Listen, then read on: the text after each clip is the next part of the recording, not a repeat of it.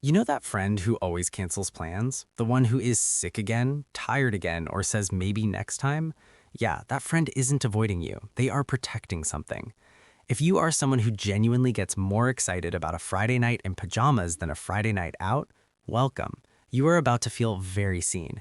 And today we are breaking down the psychology of people who love staying at home, the one society calls boring, but science calls something else entirely. Here's the thing. Extroverts recharge by being around people. Their energy comes from the noise, the movement, the chaos. But introverts and people who prefer solitude, they recharge in stillness. Every social interaction, even a fun one, slowly drains their battery, and home is the only charger that actually works. Psychologists call this optimal arousal theory. Some people need more stimulation to feel good. Others need less. It isn't laziness or fear. It is simply how your nervous system is wired. But there is more going on than just introversion. Some people love staying home because their environment gives them a sense of control they don't get anywhere else. Out there, the world is unpredictable. Loud strangers, last-minute changes, small talk with people who don't care about your answer. But at home, you control the lighting, you control the noise, you control the vibe.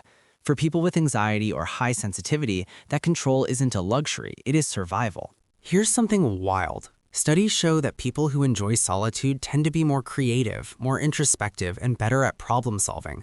Staying home isn't doing nothing. It is where the best ideas are born, not in a crowded bar, but in a quiet corner with a book or a thought spiral at 2 a.m. And let's be honest, society romanticizes being out there. The influencers, the party pics, the live your best life culture. But what if your best life is a documentary, some soup, and zero obligations? That isn't sad, that is self-awareness. Now, some people stay home for a darker reason, social anxiety, past trauma, or depression that quietly whispers, what's the point? And for them, home becomes both a refuge and a cage. So it is important to know, do you stay home because it fills you up or because leaving feels too heavy?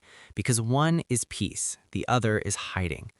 But for those who truly love staying home, they aren't missing out. They are just living differently. They find joy in small rituals, the morning coffee routine, the favorite spot on the couch, the way the light hits the room at sunset, things most people rush past. Psychologists call this low stimulation preference. These people don't need the world to entertain them. Their inner world is rich enough. So if you are someone who turns down invitations without guilt, who feels genuinely happy on a solo Saturday, or who would rather rewatch your comfort show than make memories, you aren't broken. You're just wired for depth over noise and peace over performance.